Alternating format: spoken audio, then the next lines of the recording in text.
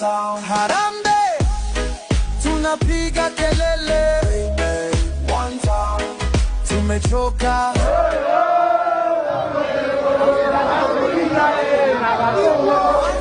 Tunasema leo. One town, uya umoja.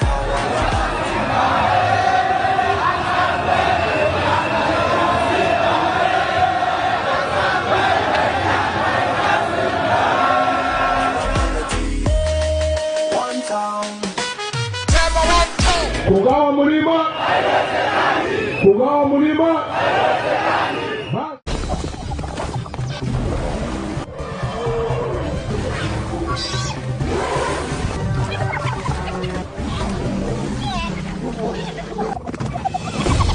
A high-stakes pursuit of relentless endurance against explosive agility.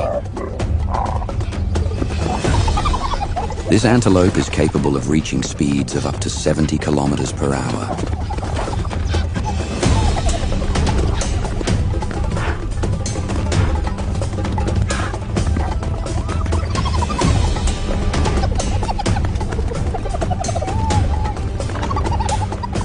It is built for sudden, erratic flight through thick woodland. But this species possesses a remarkable biomechanical advantage. The physical impact is devastating, striking with the concussive force of a freight train.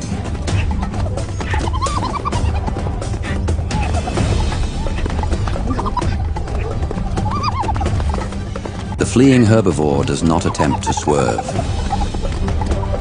It effortlessly vaults directly over a lunging attacker.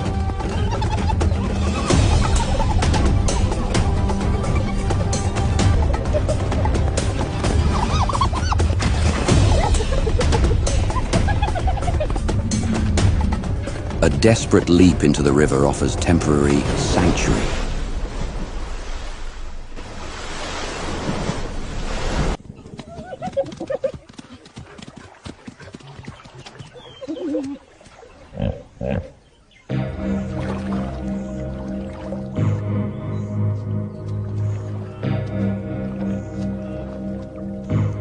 Deep water neutralizes their clan tactics and severely limits their mobility.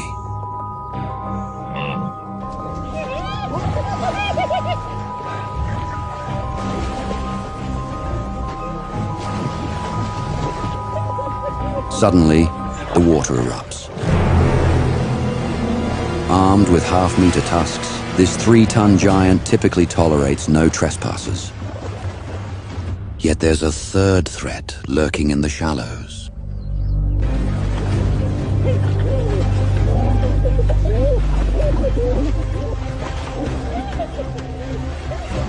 It is still trapped between the deep and the waiting jaws. The standoff requires an impossible stroke of luck to break, in the form of a wandering elephant calf. Predatory focus instantly shifts. An opportunistic but highly dangerous gamble.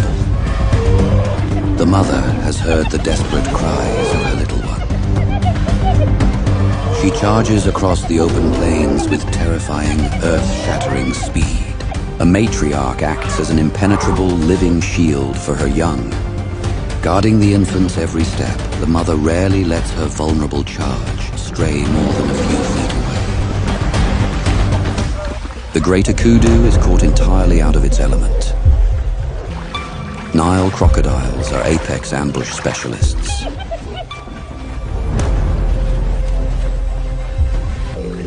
A sudden surge from the deep. Even underwater, hooves can deliver over 1,000 pounds of blunt force. Jaws snap shut on empty water. Extreme survival stress triggers a massive release of adrenaline.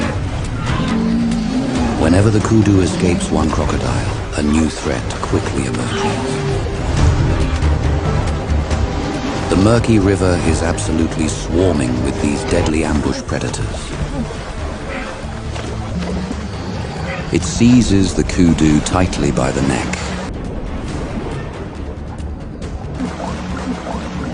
The ancient strategy is to drown rather than crush. It unleashes a desperate, driving kick.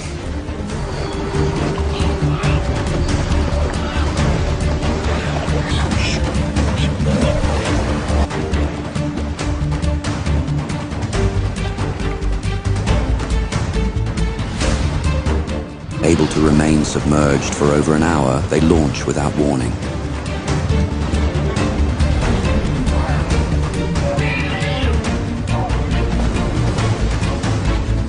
But the sanctuary of the shallows is a fleeting illusion.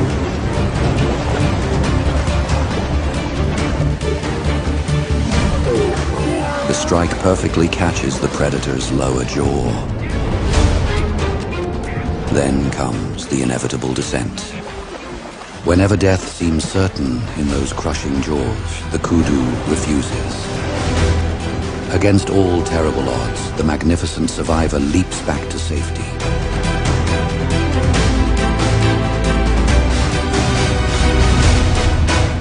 The land hunter abandons the dry earth for deep water. It crashes into the river. Hyenas are cursorial hunters built for terrestrial endurance. But the scent of a weakened kill drives them into unfamiliar waters.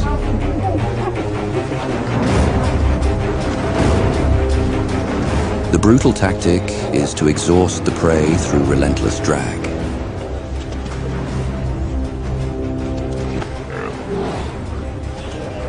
Evasion is heavily slowed by deep fatigue.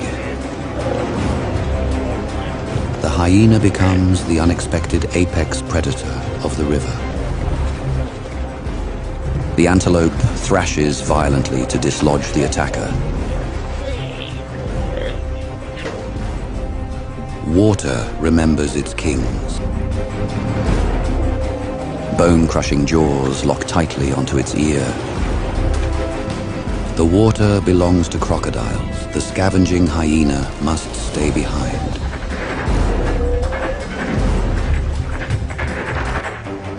Crocodiles return to claim their rightful throne.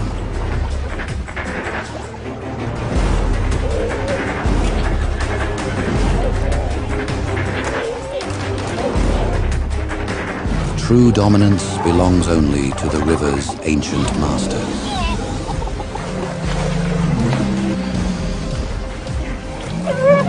Massive jaws clamp shut on the hyena's torso. Wrenching free, the utterly exhausted herbivore surges away. On the shore, the clan watches in agitated silence. They are entirely powerless to intervene. Dragged into the depths, the air-breathing mammal's fate is sealed. While the carnivores clash, the wounded kudu quietly wades to safety.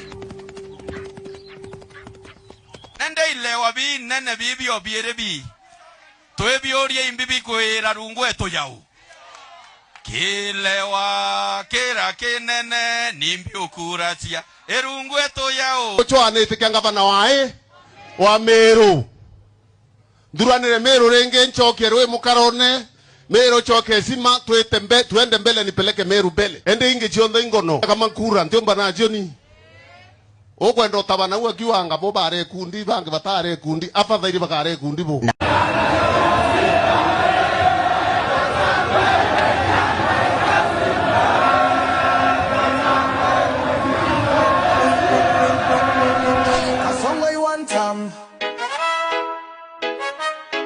One time, attenda one time.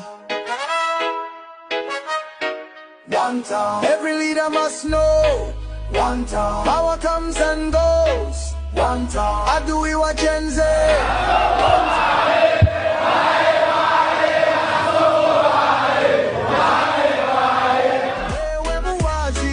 One time, Mulima. Mulima. Mulima. Can't ignore our voices. One town. Justice must prevail now. One town. To members of the press, today we are here at the law courts, Kisumu law courts. We came to defend the innocent Kenyans who were arrested by the DCI for going to church and also protecting those who went to church the day Governor Orengo and Mheshimiwa Senator Sifuna were attacked in church at St. Stephen's. We came to court today and the court has made its ruling. The court has disappointed the DCI. The devil has been ashamed. And the court has freed the 8 innocent Kenyans. The file has been closed. No charge should be pressed against them. Those are the instructions of the court. We've spoken clearly on specific articles of the Constitution. Article 49(1)(a) on a right to bail, which should be granted. Article 52(a) on the doctrine of innocence till the contrary is proved. Article 29 on the right to liberty. Article 157(11) on the role of the DPP in promoting public confidence and trust, which they've eroded. Article 52 on a right to fair trial. These accused persons were detained. Actually, the arrested persons, there is no plea that they've taken. The arrested persons were arrested on the 13th day of July. The prosecution asked for more days to do investigations. One of the reasons that they gave was that an ID parade was supposed to be conducted. Yet, they're alleging that they arrested the arrested persons, they arrested the innocent Kenyans with an allegation that they were found red-handed with pangas, rungus, stones, and asere. There are conditions, there are exceptions to ID parade.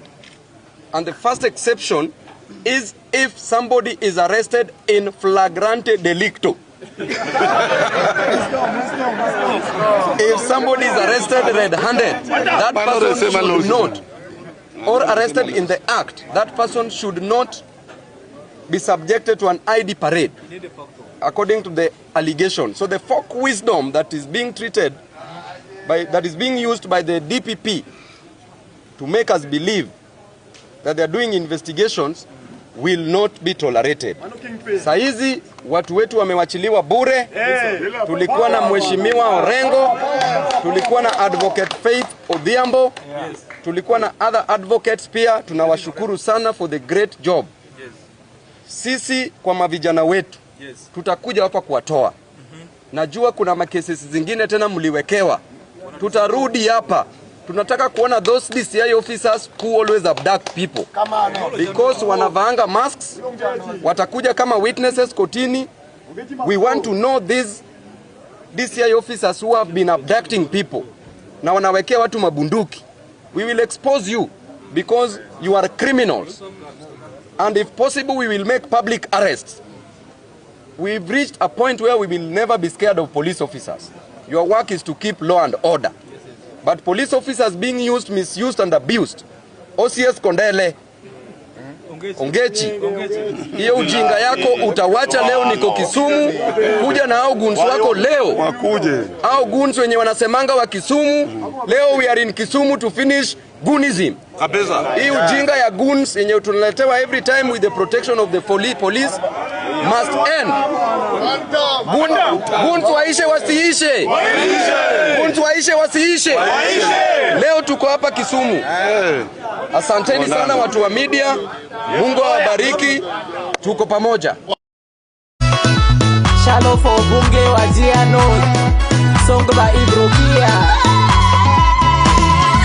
Wajiano diyo ya jena sanjofa Shallow ya jena bunge no dinolofa Garala pa kuma baduguma Wajiano di nujire sugadlufa Ite bisa shallow kena barchoma Wajiano di nujire sugadlufa Ite bisa shallow kena barchoma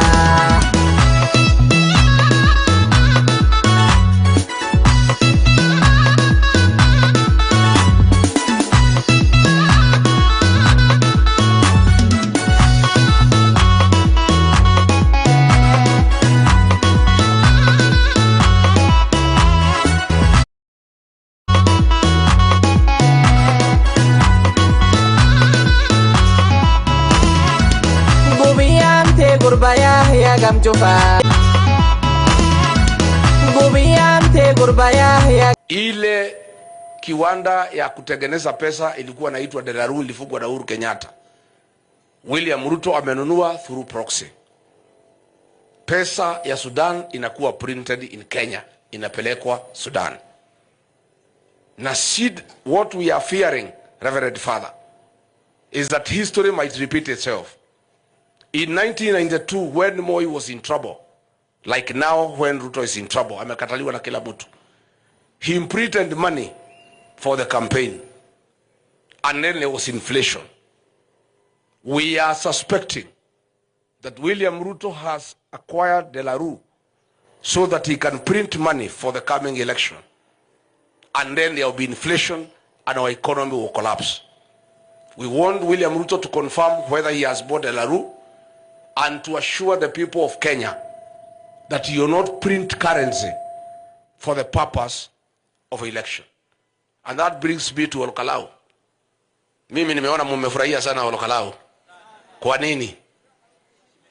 Kwa sababu ya heshima ya jamii yetu.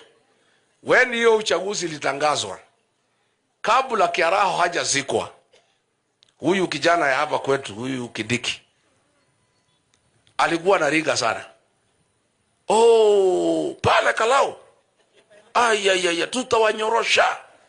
Pale. Mngoje. Mimi tutaona hapo na hiyo mwanaume tutaona hapo. Ndio heshima itaingia. Alikuwa na kiburi kwa sababu alikuwa ameiba uchaguzi hapa Bere. Nikamjibu nikamwambia, wewe kijana, umekaa na Ruto, umesahau mila na desturi ya watu wetu ya mlima. Hatuongeangi mambo ya kugawa mali ya mtu kama hajazikwa. Si ungoje huyu mjumbe Kiarao azikwe alafu uongee mambo ya kiti yake. Akanyamaza. Na mimi niseme hapa mlimani tutakuwa na operation fagia, si ndio? Ya kufagia wasaliti wote, watu ya UDA na watu ya Ruto, kuanzia MCA, MP, Senator, Governor, Women Rep mpaka President. Na hapa mlimani tumekubaliana na jamii, watu wote watachaguliwa, viti yote 6 ni chama ya DCP. Kutoka hapo nimeingia kwa Wamasai, wote wako DCP pamoja na Nairobi. Alafu mimi nitaenda kutafuta marafiki huko magharibi na kila pahali. Lakini sisi tutajipanga ndani ya chama yetu. Tulipata shida kwa kwenda harusi na gari ya mtu mwingine. Kufika kwa mtu akatuambia tushuke, tukawachwa kwa mataa. Sasa tumejipanga na gari yetu ya DCP. This is a party of the moment. And there will be a wave that has not been witnessed in this region since 1992. Na kura yetu, tutapiga kura ile inaitagwa ya fujo. Kura ya kufukuza mtu, sio ya kuchagua mtu. Na hiyo kura ni tamu sana. Si ndio? Ni tamu si tamu? Wangapi wataamuka saa 9 kufukuza William Ruto?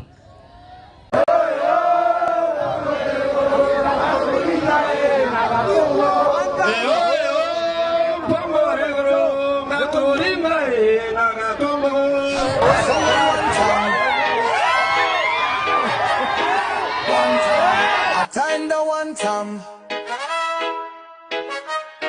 One time. Every leader must know.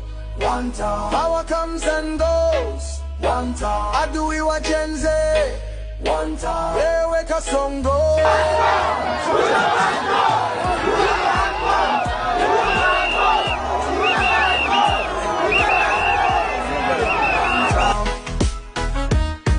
One time. People rising up now. Mimi nimesema tutang'ang'ania huku ndani. Si namna hiyo? Najua wengine wanauliza sijui next year itakuwaje? Sijui kutakuwa aje? Kule antu bakuria next year wa karatia. Next year kutakaa tu hivi.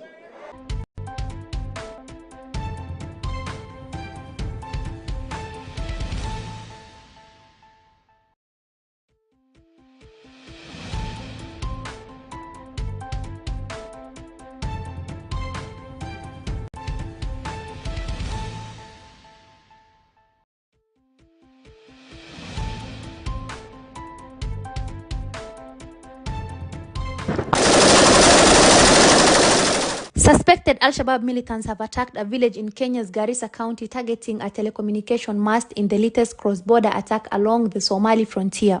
The attack took place Saturday night in the village of Abakaile in the Dadaab area. The gunmen shot at a Safaricom mast at around 8 in the evening before running away, officials say. Authorities initially expressed concern for the safety of the resident but have since confirmed no injuries were reported. There were fears of a possible abduction after a local teacher was missing for a short period following the raid, but all 4 teachers living in the area have been accounted for.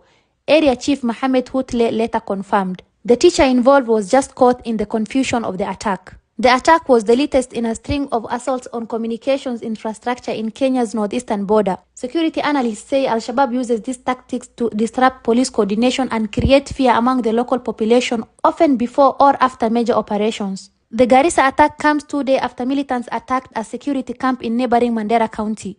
In that incident, police officers exchanged fire with the attackers who fled.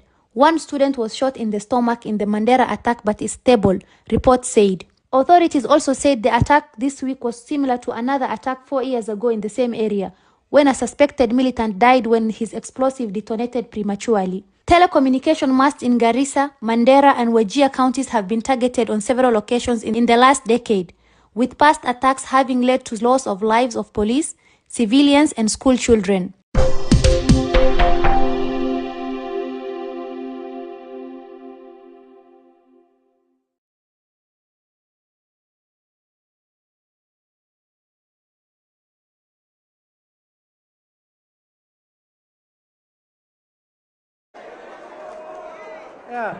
Takaa hivi.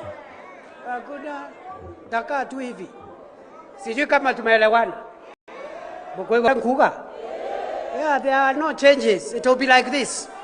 Itakuwa hivi the way it is sahi. Next year itakuwa hivyo. Alafu namna hii, alafu rais huko namna hii, alafu namna hii.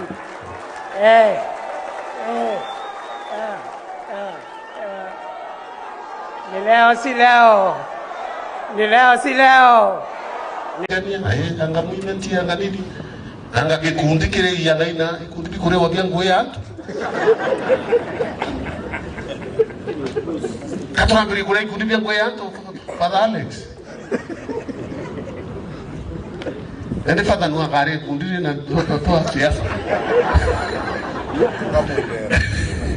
Ile akare ikundi wende kidani ikundi bikore wale. That is the level we have gone. Tutatoka hapo. Mimi kora tayari kuongoza tutoke hapo tuende mbele. Mwaka ujao.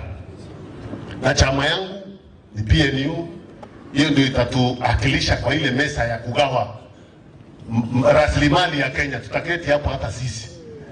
Sisi wetu tunaletwa ingia hapa alafu wanaenda wanapotea. Kwa hivyo tutaakilishwa na Party of National Unity. Nilichukua hiyo chama ya Mzee Kibaki. Alianza hiyo chama, hiyo ndio tunaenda naye mbele. Si mtaniunga mkono? Hiyo maneno unasema ati unapanga vijana ati watakuwa wanatembea kuintimidate watu ambao hawakubaliani na wewe kisiasa. Nilisikia vile uliongea jana. Unajaribu kuita wale ambao wana mwelekeo tofauti ya kisiasa kuliko wewe, unawaita wasaliti. Umeanza kuita machiefs, unasema tunataka chiefs. I know what you are doing, Gachagua. You are organizing Mungiki against the government officials. You are organizing Mungiki against the electoral officials. But I want to tell you, we will not allow you. We will deal with you perpendicularly. Forget about the nonsense you are talking at elections. Haiwezi endwa bila kama Murkomen ako waziri. You know very well that for as long as I'm sitting in this office, your plans will not succeed. And we will not allow your shenanigans to continue in the Republic of Kenya. Wewe ni nani? Who are you? Wewe unakuja kuwa mkali sana kuliko bandit ama kuliko Al-Shabaab. My friend, we will deal with you. Don't come here utuambia ati story nini. Cheza na watu wengine lakini sio mimi. Yeah. Na utanikoma. Hiyo mdomo yako Murkomen, na kwanza enda ujifunze kupronounce jina yangu vizuri kwanza. Sio Murkomen saa yote. Utanikoma. We are not joking in this country. And this nation is not a place where people are playing. We are not playing politics with national security. National security ya Kenya sio mandazi na sports yenye unakuja kuchezea hapa. Kwa hivyo sitaki kusema kupita hapa. Huyu mtu tumnyoroshe ama tusimnyoroshe? Yeah, mtu mwenye hawezi kanyaka ofisi yoyote. Huyo mtu alikuwa impeached zamani. Unaona vile anaruka tu, hawezi simama kwa ofisi. Hata kusimamia komiti ya kujenga choo hawezi kupewa. Kwa sababu kikatiba hawezi shika pesa ya mtu. Huyo ni mkora. Na huyo mtu ni muongo. Na ukiona amezungusha kichwa hivi, ni uongo mingi ndio umejaa kwa hiyo kichwa. And we will not allow him to continue misleading this country. Niseme nisiseme? Kuna mtu mwingine juzi alijitaja na anasema yeye ni kiongozi, Rigathi Gachagua. Alienda kuongelesha Wamasai pale Narok. Akawaambia eti wafugaji